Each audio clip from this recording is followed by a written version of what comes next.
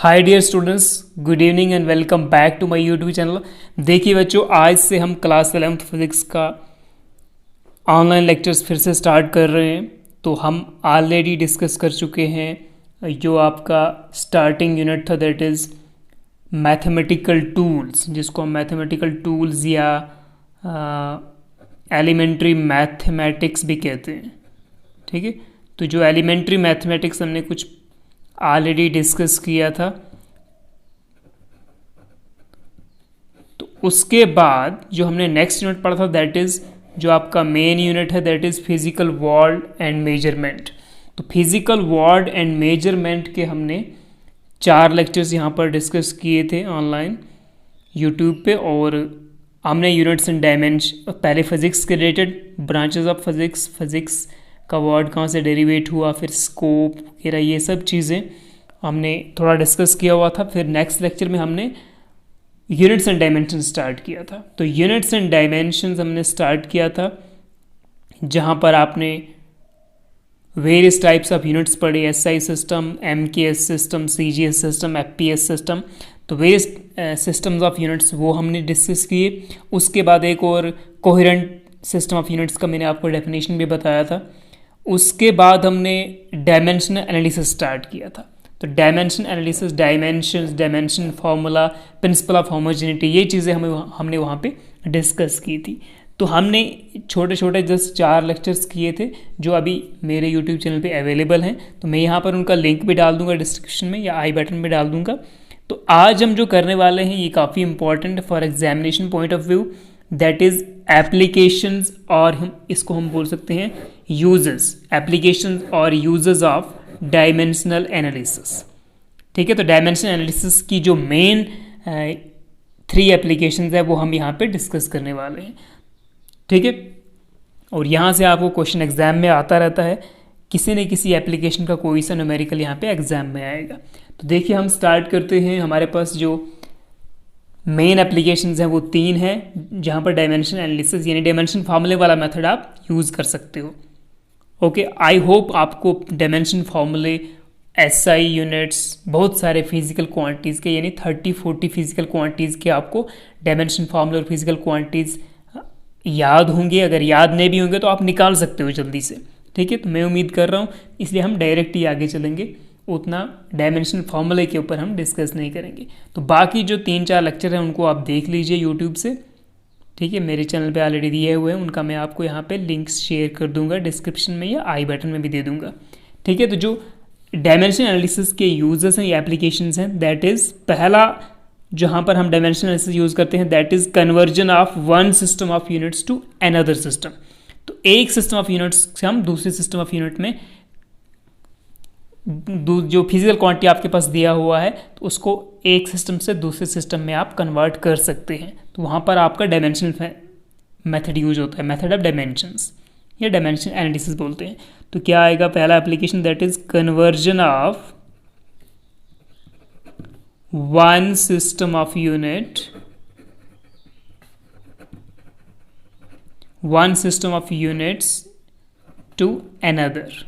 ठीक है, another system of units. तो ये है आपका first application of dimensional analysis. Okay, दूसरा एप्लीकेशन क्या है, डायमेंशन एनालिसिस कहाँ यूज़ होता है, डायमेंशन वाला मेथड कहाँ यूज़ होता है, जब हमें कोई इक्वेशन या कोई फॉर्मूला चेक करना है कि क्या ये करेक्ट है, तो उसको हम बोलेंगे टू चेक द एक्यूरेसी और करेक्टनेस और डायमेंशनलिटी ऑफ एन इक्वेशन और ए फॉर्मूला। तो क्या लिखेंगे हम, टू चेक द, तो सेकंड एप्लीकेशन क्या है, टू चेक द एक्यूरेसी, या इसको करेक्टनेस भी कहते हैं या इसको डायमेंशनलिटी भी कहते हैं, ऑफ एन इक्वेशन और ए फॉर्मूला। कोई आपके पास फॉर्मूला दिया होगा, जैसे time period of simple pendulum का फॉर्मूला होता है T = 2π√L/g। ठीक है, T = 2π√L/g। ठीक है, where L is the length of pendulum, G is the acceleration due to gravity, T is the time period. क्या ये फॉर्मूला करेक्ट है? ठीक है, तो इसका एक्यूरेसी, इसका करेक्टनेस चेक करने के लिए भी हम मेथड ऑफ डायमेंशंस यूज करते हैं। तीसरा जो है कि हम डायमेंशनल एनालिसिस को यूज करते हैं फॉर डेरिवेशन ऑफ वेरियस फॉर्मूले ठीक है, फॉर डेरिवेशन ऑफ वेरियस फॉर्मूले। तो तीसरा जो application that is derivation of various formulas.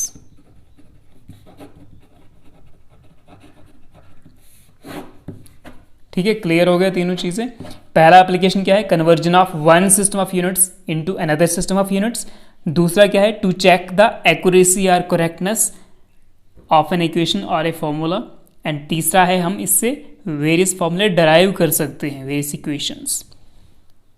ठीक है, बहुत सारे जो कॉम्प्लेक्स क्वांटिटीज़ हैं फिजिक्स में, उनके फॉर्मूले यहाँ से हम डराइव कर सकते हैं। अगर आपके पास कुछ वैल्यूज़ दी होंगी, मतलब स्टार्टिंग में कुछ कंडीशंस दी होंगी, तो हम डराइव कर सकते हैं वेरियस फॉर्मूले।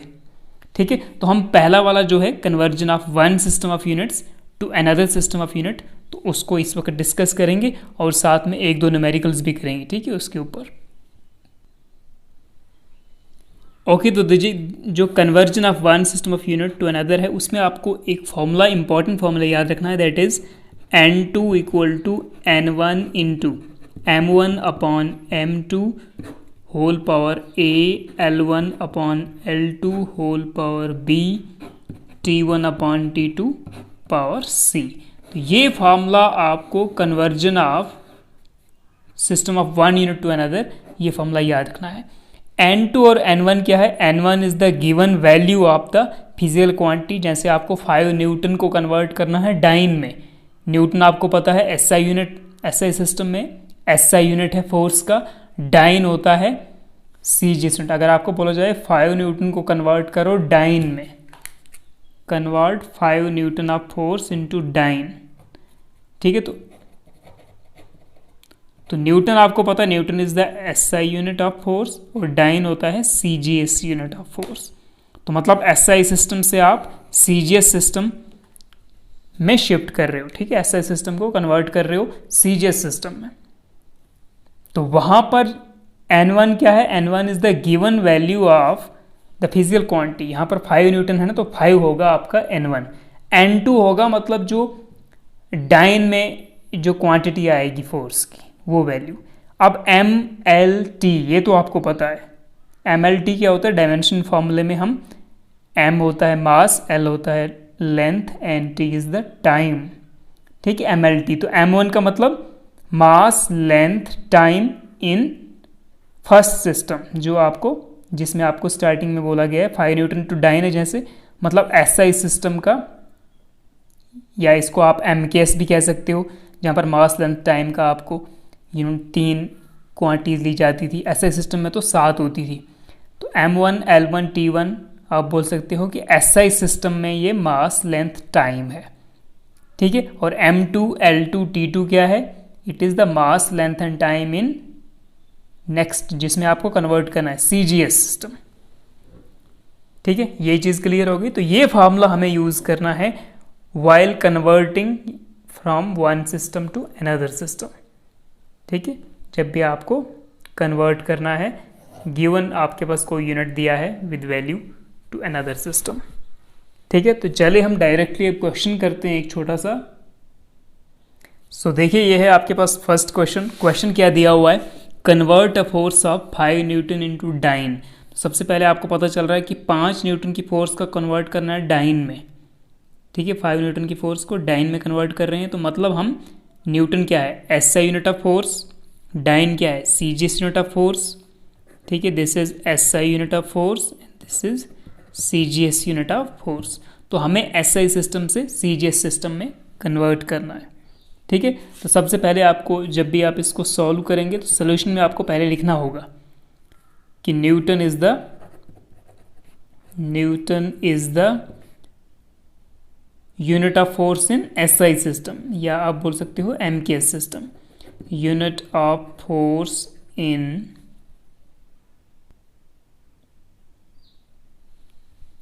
ओके। तो देखिए, मैंने यहाँ लिख दिया already, newton is the unit of force in SI system and dyne is the unit of force in CGS system.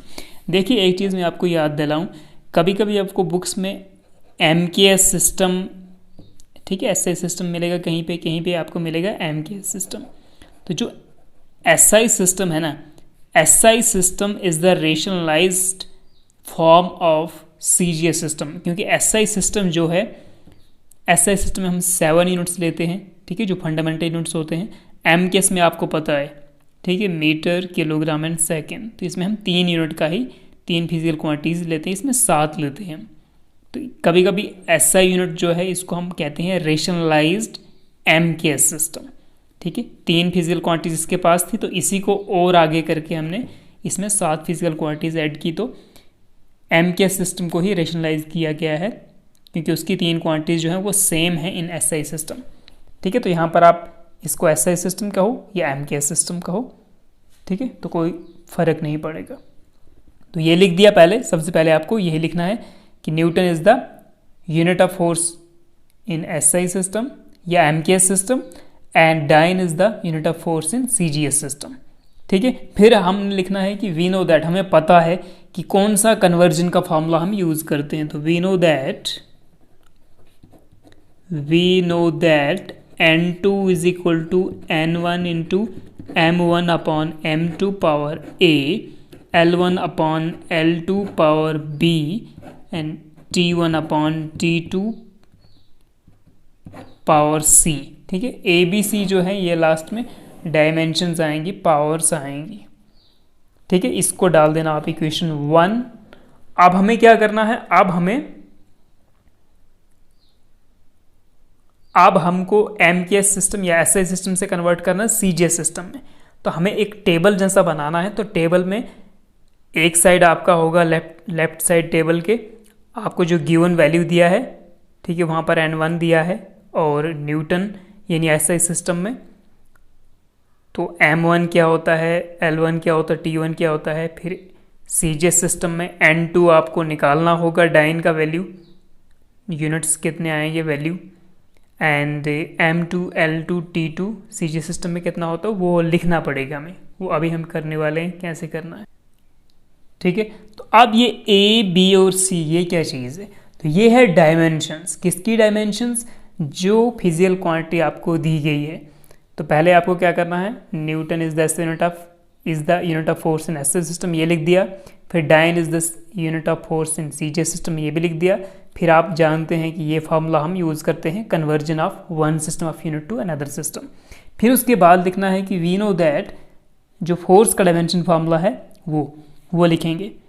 तो dimension formula of force, dimensional formula of force is, क्या होता है फोर्स का dimension formula, M power 1 L power 1 T power -2, ठीक है, यही होता है M1 L1 T -2, ठीक है। तो ये जो पावर्स हैं M power 1 L power 1 T power -2, this is ABC, ठीक है, ये है ABC। तो यहाँ से आप जो जनरल फार्मूला है ना उससे कंपेयर कर सकते हो। तो हम लिखेंगे कंपेयरिंग इट, मतलब इस डायमेंशन फार्मूले को हम जनरल डायमेंशन फार्मूले से कंपेयर करेंगे। Comparing it with general dimensional formula, और जनरल डायमेंशनल फार्मूला क्या लिखते हैं हम, M power A L power B T power C, ठीक है। इसका मतलब क्या हो गया, A की जगह पे 1 है, B की जगह पे 1, C इज इक्वल टू 2। तो therefore A is equal to 1, B is equal to 1 and C is equal to -2, ठीक है। तो ये वैल्यू हमें कहाँ पुट करनी है, इक्वेशन 1 में, इस फॉर्मूले में ABC की जगह पे। अब हमें एक टैबुलेटेड फॉर्म बनानी है। टैबुलेशन फॉर्म में क्या होगा, उसमें एक साइड हम रखने वाले हैं जिस सिस्टम को आप कन्वर्ट कर रहे हो। तो हम SI सिस्टम से CGS में कन्वर्ट कर रहे हैं। तो यहाँ पे हम लिखेंगे इन SI सिस्टम, या MKS पे लिख सकते हो आप, इन SI सिस्टम, और यहाँ पे लिखेंगे इन CGS सिस्टम, ठीक है। इन लिखने का जरूरत नहीं है, मैंने लिख डाला अभी। तो SI सिस्टम, यहाँ पे CGS सिस्टम। यहाँ पे N1 का वैल्यू आपको दिया हुआ है, दैट इज 5 न्यूटन दिया था ना, तो N1 5 लेना है आपको, N2 आपको निकालना है, ठीक है। N2 यहाँ पे फॉर्मूले से निकल जाएगा। N2 मतलब CGS डाइन्स में कितना वैल्यू आएगा 5 न्यूटन का, वो 5 का कुछ वैल्यू आएगा, वो होगा N2 आपका। अब जो आपका SI सिस्टम है वहाँ पर M1 जो होता है, M1 मतलब मास का unit, that is kg। L1 क्या होता है, लेंथ का यूनिट, दैट इज मीटर, ठीक है, m। And t that is time का unit, that is second, s। ठीक है, उसी तरह यहाँ पर आएगा m2, L2, T2। यहाँ पर मास का यूनिट क्या होता है CJ सिस्टम में, ग्राम, ठीक है, g। लेंथ का क्या होता है सेंटीमीटर, cm। एंड टाइम का होता है, टाइम का सेकेंड ही होता है, s लिखो या SEC लिखो। ठीक है, तो इस तरह आपने एक टैबुलेटेड फॉर्म बनाना है, जहाँ पर एक साइड आपको जो गिवन सिस्टम है जिसमें आपको N1 का वैल्यू गिवन है, SI सिस्टम हो या MKS हो, या हो सकता है वो CJ से आपको SI में कन्वर्ट करना बोले, तो जो पहला वाला सिस्टम दिया गया है उससे कन्वर्ट करना है दूसरे सिस्टम में, तो पहला वाला सिस्टम जो है उसको यहाँ पे लिखना है, दूसरे को जिसमें कन्वर्ट कर रहे हो उसको राइट साइड पे। ठीक, तो अब ये जो वैल्यूज़ हैं N1, N2, M1, M2, L1, L2, T1, T2, तो ये सारी वैल्यूज़ हमें कहाँ पुट करनी है, ये हमें वापस पुट करनी है इक्वेशन 1 में, ये वाला जो फॉर्मूला है। Okay, so therefore from equation 1 से क्या आएगा आपके सामने, N2 का वैल्यू आपको निकालना है, तो N2 इक्वल टू N1 कितना दिया था, N1 5 न्यूटन दिया था आपके पास, मतलब 5 था। और M1 क्या होता है, M1 था kg और M2 था ग्राम। पावर A की जगह पे 1 था वैल्यू। एंड L1, L2 क्या था, L1 मतलब लेंथ का यूनिट SI सिस्टम में, दैट इज मीटर, और लेंथ का यूनिट CJ सिस्टम में, दैट इज सेंटीमीटर। पावर था यहाँ पे B था 1। देन टाइम दोनों में सेकेंड यूनिट, टाइम का यूनिट SI सिस्टम और CJS में दोनों में सेकेंड होता है। ठीक है, यहाँ पर पावर था -2। ठीक है, यही वैल्यूज़ थी हमारे पास। देखते हैं, देख सकते हो आप यहाँ पे जब कंपेयर किया था हमने फोर्स का फॉर्मूला जनरल फार्मूले से, तो ये A = 1, B = 1, C = -2 आया था। ठीक है, तो A आ गया 1, B आ गया 1, C = -2, यहाँ पे -2। फिर हमने देखा कि SI सिस्टम में N1 का वैल्यू 5 भरना है यहाँ पे, M1, M2 kg और ग्राम, तो यहाँ kg upon gram, power A आ गया 1। फिर L1 upon L2 metre upon centimetre, तो metre upon centimetre, power B वो 1 था। T1, T2 second upon second, ठीक है, सेकेंड अपॉन सेकेंड, पावर -2, क्योंकि C का वैल्यू -2 है। ठीक है ना, फोर्स में जो टाइम का डायमेंशन है दैट इज -2। ओके, सो आगे चलते हैं। तो ये क्या आ जाएगा आपके पास 5। अब इसको कैसे आप सॉल्व करेंगे, देखिए जो kg है ना, इसके आप ग्राम बना सकते हो, बिकॉज 1 kg = 1000 ग्राम। तो मैं यहाँ पे लिख सकता हूँ 1000 gram upon gram whole power 1। Metre के सेंटीमीटर बना सकते हो आप, 1 मीटर में 100 सेंटीमीटर होते हैं, तो 100 सेंटीमीटर लिखो इसके भी, तो ये ऑलरेडी सेंटीमीटर है, इसका पावर भी 1 है। सेकंड अपॉन सेकंड, या तो ऑलरेडी कैंसिल हो रहा है, कोई इसको चेंज करने की ज़रूरत नहीं है। अब यहाँ पे ग्राम और ग्राम कैंसिल हो जाएगा, सेंटीमीटर सेंटीमीटर कट कैंसिल, और सेकंड सेकंड कैंसिल, तो क्या रहेगा आपके पास 5 इंटू 1000 का पावर 1, मतलब 5 इंटू 1000 इंटू 100 इंटू ये 1 का पावर -2 है ना, तो 1 का पावर जितना भी हो that is 1 is equal to, यह कितना आ जाएगा, यह आ गया 1, तो यह आ गया 5 इंटू 1 2 3 4 5 इंटू 10 की पावर 5। ठीक है, ये है आपका N2। तो N2 is equal to 5 into 10 power 5, लेकिन ये क्या आ गया, ये आ गया डाइन्स में, ये फोर्स का वैल्यू आया, 5 न्यूटन फोर्स था ना, तो 5 न्यूटन को आप डाइन्स में कैलकुलेट करोगे तो 5 newton is equal to 5 into 10⁵ dyne. ठीक है, तो एक चीज़ आपको याद रखना है, जब भी आप कन्वर्ट करते हो, फोर्स को कन्वर्ट कर रहे हो आप न्यूटन से डाइन में, ठीक है, तो 1 newton is equal to 10⁵ dyne, ये याद रखना आप। ठीक है, जो यूनिट्स होते हैं इनके साथ आप डाइन्स नहीं बोलते हैं, एस नहीं लगाते हैं यूनिट के साथ। 1 न्यूटन, 2 न्यूटन, 10 न्यूटन, न्यूटन्स नहीं होगा, याद रखना ये वैल्यू, ये पॉइंट कि जो यूनिट्स होते हैं इनके साथ एस नहीं लगता है।